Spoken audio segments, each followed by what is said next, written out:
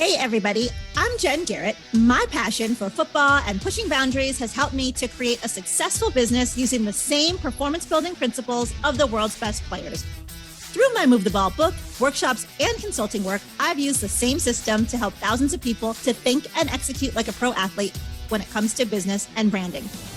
Now, I'm on a mission to help you utilize those tools and strategies to elevate your hustle and get you across the goal line.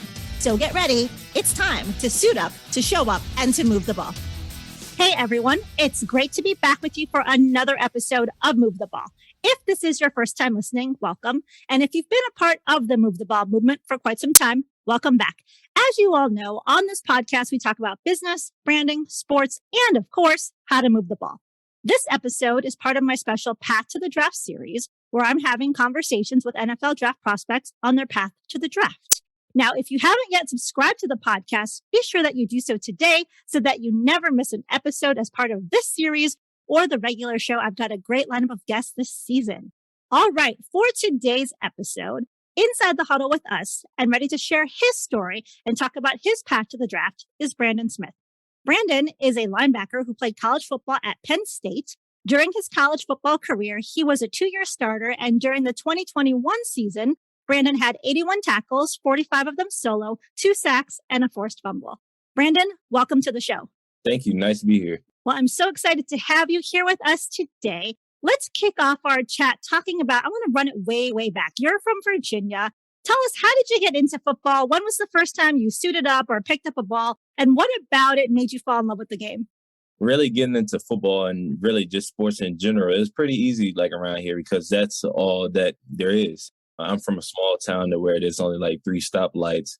So you just need something to get into, whether it's any type of sport, hunting, fishing, dirt bikes, 4-wheels, whatever it is, you just kind of like getting into it and being hands-on with it. So around the age of 6, I was introduced to finally playing football and being able to like play in a controlled setting. So that's kind of when I started. And I had my dad coach me all the way up until, I want to say like middle school. And then after that, just kind of took off from there. And was there something about the game that made you excited about it or want to stick with it? Really, for me, like I didn't know what it was about the game of football, but I always loved it. From the age of 6, it was just one of those things where I just loved playing the game. And like, obviously I was into other sports as well because just being like a multi-sport athlete, but really it was easy to fall in love with the sport. And really at the time, I never really knew why, because obviously I was too young to really even, think that deeply into it. But after I got older, it was really just like the team aspect that really attached to. These are guys that you playing, I want to say like 12 games with a season, and you really spending all year, working up to that. And really there's a lot of commitment, there's a lot of communication, and there's just a lot of effort that's put into the sport. So really that's what I love about it. A lot of my listeners know that the whole Move the Ball movement started because I fell in love with the game of football at 4, was a student of the game my whole life, took so many lessons away from being a competitive athlete and from the sport of football itself. When you look back upon your time playing football, what are some of the lessons that you've taken away from the game that you think will be helpful for you as you transition into playing professional football, as well as just to be successful in life? Really, it's the game of football and the game of life is the game of chess. Ultimately, there's going to be things that happen, whether or not it's going to be a big play or if someone gets injured or something like that. And you got to be able to adjust and you got to be able to make the next move to, worth it. And just like the game of chess, you got your pawns, you got everything that you need. And if somebody makes a move, then you got to be able to counter that and ultimately win. So that's all it is within the game of life and the game of football. And that's kind of how like I have looked at things ever since I, entered into college and even moving forward into the real world. I think that's great. It's important because you're right. It is a game of chess. You're always assessing and adapting and adjusting as necessary. And I'm going to come back and ask you some more about that in just a little bit. But you play linebacker. In your mind, what are the necessary attributes to be successful at this position? And secondly, what makes you elite? Really, the linebacker is like the quarterback of the defense. So you have to be smart. There's a whole bunch of people that have the perception that linebackers are just meatheads that just go ahead and just run and destruct and stuff like that. When really, to a certain extent, that is the case. But really, that's not the whole truth about our position. Really smart people. We got to line up a whole defensive front make sure everybody around us is lined up in the right position, make sure everybody's on the right same page. And really, we got to be the smartest ones on the field. And that's kind of like the beauty of being a linebacker, to be honest, because, a lot of people, think that you're one thing and you're really not. So, I mean, it gives you a lot of control to be able to, go out and put people in places to where they can be successful, and you also look good and feel good about it because, you made that change, you made that decision to do that. And really, that's the beauty of it. You excelled playing football not only in college, but also in high school. Your senior season, you ended up having 165 tackles, 30 tackles for loss, TFLs, 11 sacks, 5 forced fumbles. You were a 5-star recruit, ranked number 1 inside linebacker in the entire 2019 recruiting class. And you had offers from many, many programs, including Alabama, Clemson, and USC. Why did you end up choosing Penn State? Really just the overall environment and knowing that the situation I was going to be going into was, best fit for me.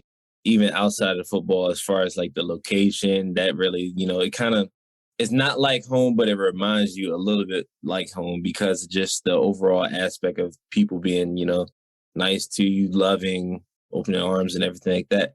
So really outside of the football standpoint, that's why I chose Penn State.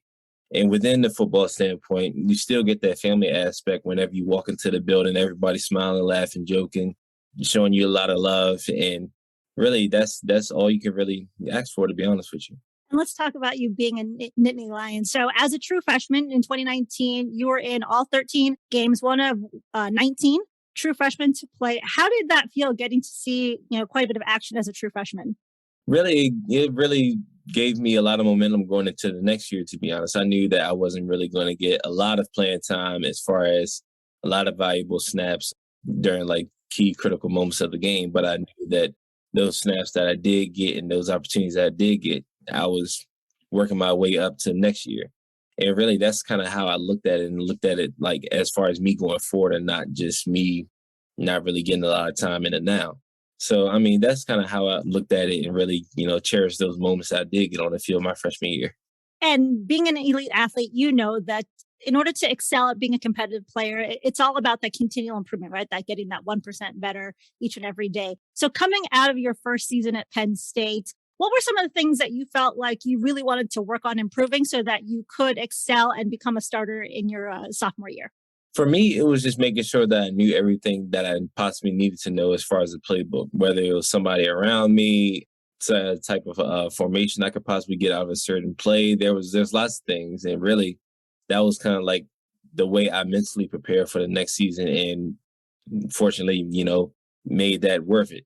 I'm more so the type person that really I have to I think stuff through. And so me thinking forward, it was like, okay, you need to be able to know this playbook inside and out, even start working at multiple different positions within the playbook. So that's kind of how the approach that I had. And fortunately, that's what I ended up doing. And worked out well for you. So let's talk about 2020. It was a crazy year for every single person across the globe, known as the COVID year, right? The world shut down. And it was a time that required all of us to adjust and adapt, like we talked about earlier. Tell us about how that season was different because of COVID and some adjustments that you and the team had to make. That season, it was a weird season. Going into the building, you don't really see anybody's faces like that because of masks. You're doing a lot of your meetings on Zoom, even though you're in the building. So you'd be in a completely different position room than what you're normally in. You can't really have defensive meetings as far as a whole defense or anything like that. So it's really something to get used to. And it was tough because you're so used to being able to, reach out and give your brother a handshake and stuff like that, when really that's not even the case because you had to be so spread out and everything like that. And then even during practice, you had to have an additional face shield on your face mask. So those are the small adjustments that we had to make. And then even with traveling and stuff like that, it got not really difficult, but it was just new. And ultimately, going into the stadium, you're not really seeing anybody in the stands besides your parents and family. And then they moved it to where at the end of the season, there was nobody. You go from 110, 107,000 to nobody. That will mess with you as far as your mental, because you expect them to grab that energy from other people and you don't have anybody to grab it from. So that's kind of some of the small challenges that we had to deal with. And how did you ensure that you were mentally strong? You obviously had a great year, ended up starting all 9 games, had 37 tackles, 15 of them solo. You led the team in TFLs with 2 sacks, a fumble recovery, and a pick. Like, how did you stay, make sure that you were mentally sound when you didn't have that energy to feed off of in the stadium?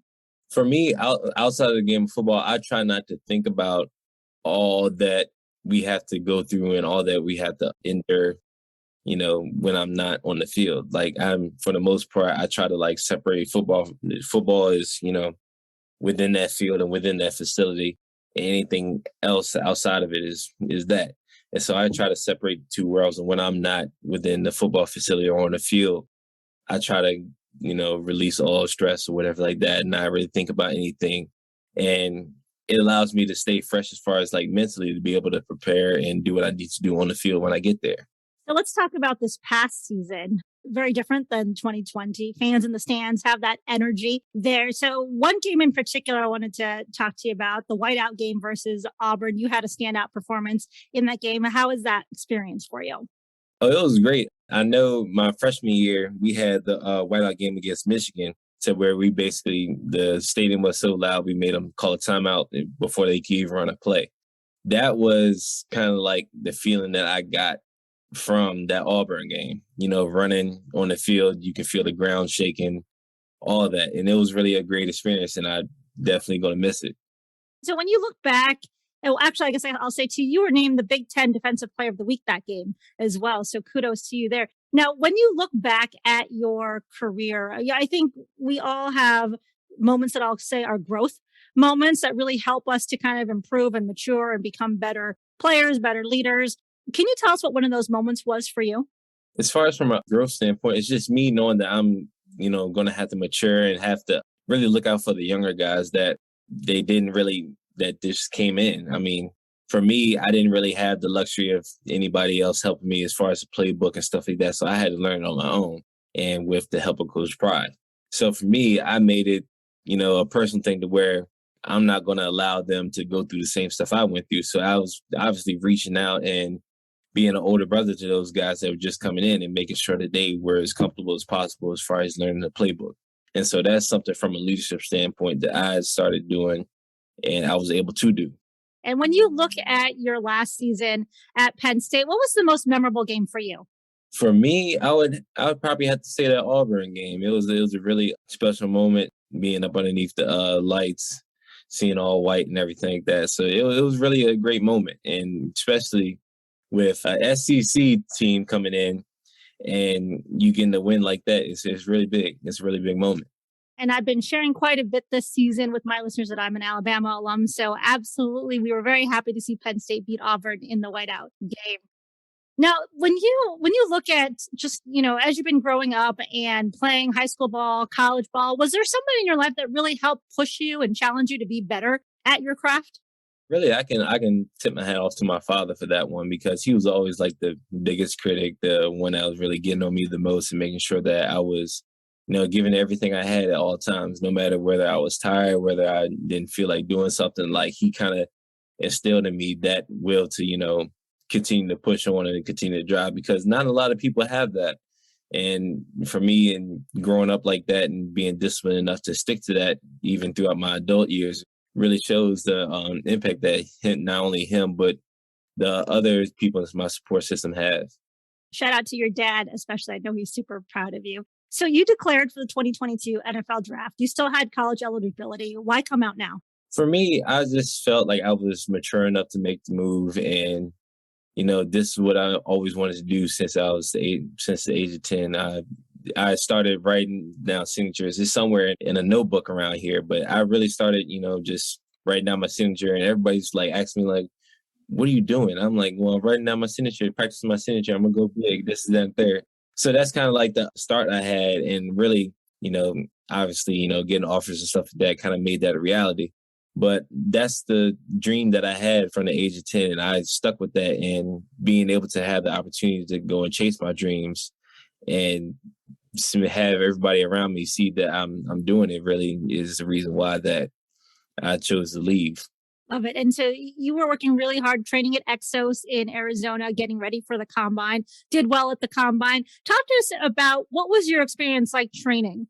Oh, it was great. It was definitely like a change of pace as far as like the workouts not being 2 hours long, how it is like Penn State and stuff like that. And really like you're more precise as far as like the things that you do and like not only like what you eat and everything like that.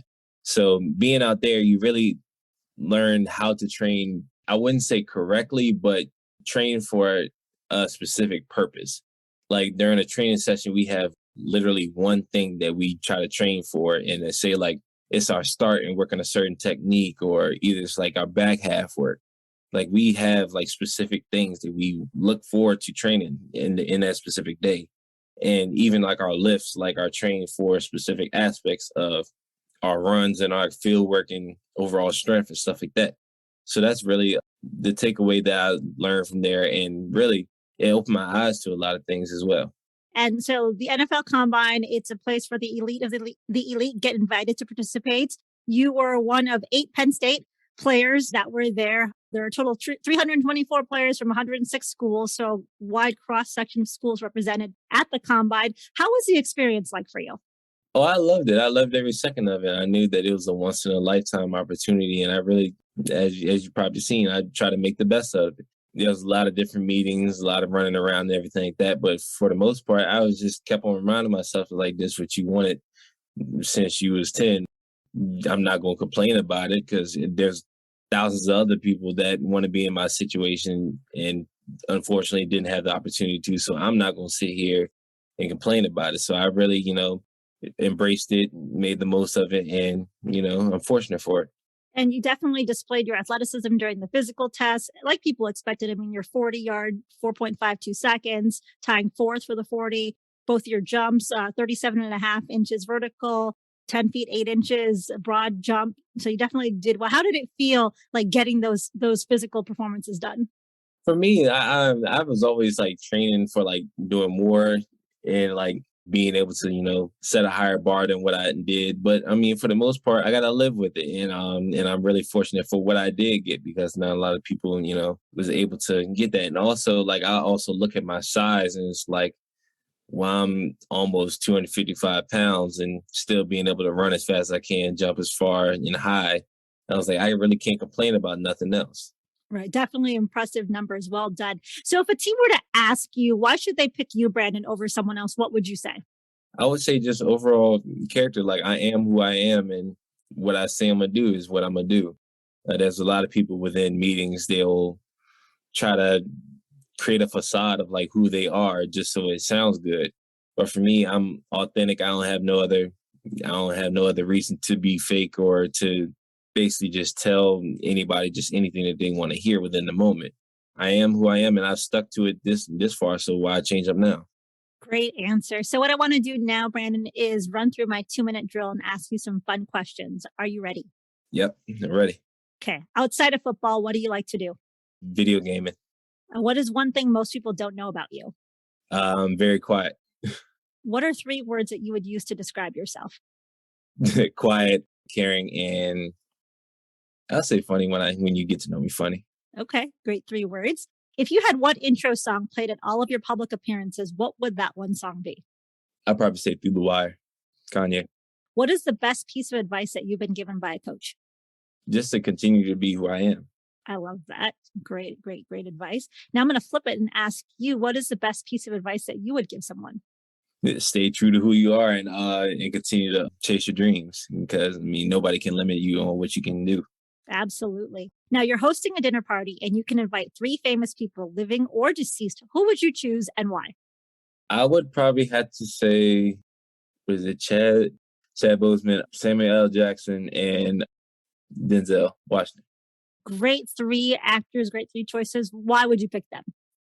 Really just seeing them on like the big screen and seeing how they act and everything like that, I would definitely want to like pick the brain and see how like the thought process is whenever they're going into like a specific role. Like you had Denzel with the Equalizer, Samuel L. Jackson, you had him with like all like the Hitman, Bodyguard and all that. Like really just like looking into those roles, like those are difficult roles, and you being able to play them well, I want to know how you are as a person, like what you personally did to, work yourself up to that. Now, my last question is, do you sing in the shower? Depending on what it is. Depending on what song it is, yeah. All right. And so as we look to close the show, let people know, how can they follow you, Brandon? Where are you at on social media? Social media, I'm on Instagram, Twitter. I recently started a Twitch account, YouTube stuff as well. So really YouTube, just look at my name. With Instagram is b._Smith and with 2 underscores. Twitter is Brandon with a 0 instead of an O _Smith12. And with Twitch, it is bsmitty012. So that's kind of like the ways you could either contact me or keep up with me. Okay, cool. We will have those in the show notes so people can follow you on your journey. Thank you so much for being with us today, Brandon. It was great chatting with you. No problem at all. Nice to be here. And thank you to everyone for listening. If you like today's episode and you haven't yet hit that subscribe button, go ahead and do so today. And also share the episode with a friend or 2 or 3. That's one way that you can help me to move the ball. All right. Thanks so much for listening, everyone. We will catch you next time. Until then, make sure that you suit up, you show up, and you move the ball. Thank you for listening to Move the Ball. To see more about what I'm up to and how I can help you to move the ball in your business, with your brand, or your career, check out my website at www.getinsidethehuddle.com. Make sure you subscribe to the podcast so that you never miss an episode, and also join the Move the Ball Facebook group for even more content and to be a part of the Move the Ball movement.